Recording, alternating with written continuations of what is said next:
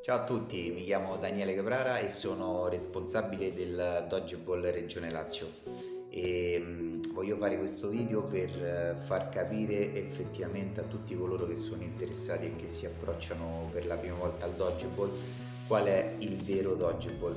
Dico il vero Dodgeball perché sicuramente se andate a fare delle ricerche sul web troverete delle formule, troverete dei regolamenti un po' diversi anche con i palloni, ok? E quindi anche una differenza sia di numero che di tipologia di palloni. Però questo video lo dedico a tutte quelle persone che vogliono approcciare per la prima volta ad un corretto,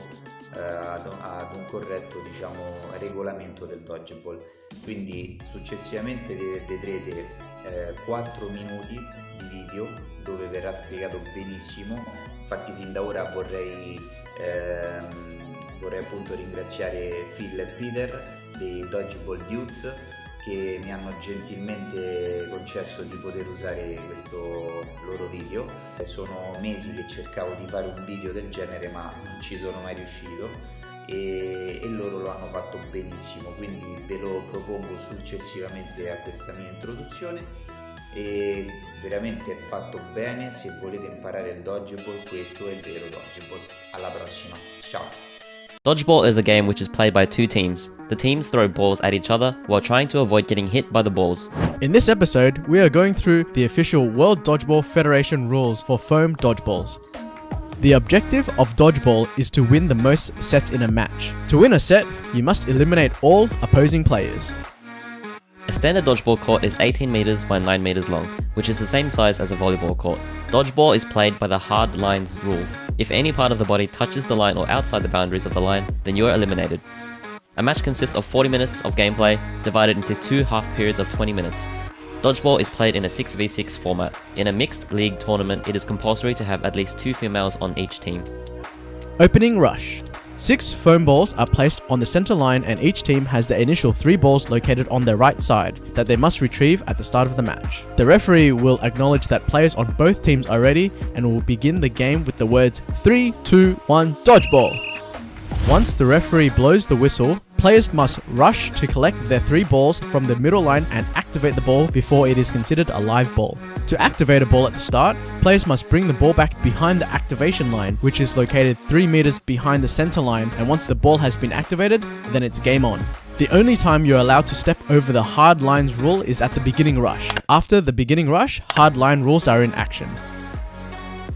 To get a player out, a live ball must be thrown, and if it directly hits any part of their body, including clothing, without touching the ground, that player is out and must relocate themselves into the outbox immediately. A ball is considered a dead ball if it hits any surface that is not a live player, that is, a dead player, the floor, or another ball in the air.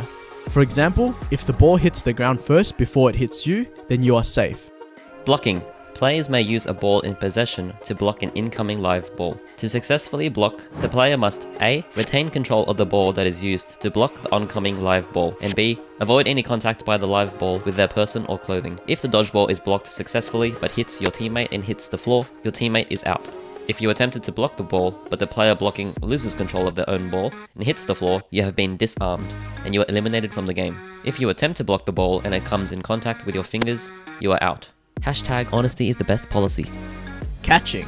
If a live ball is caught by a live player, the initial player that threw the ball is out and the catch revives the first dead player from the outbox. The revived player must walk from the outbox and enter the dodgeball court from the baseline to be a live player once again. If a live ball hits 2 players and hits the floor, both players are out. But if a live ball hits 2 players and the ball is still live and is caught by a 3rd player, all players are still in, the player that threw the ball initially is now out and the team that caught the ball revives a teammate. Advantage.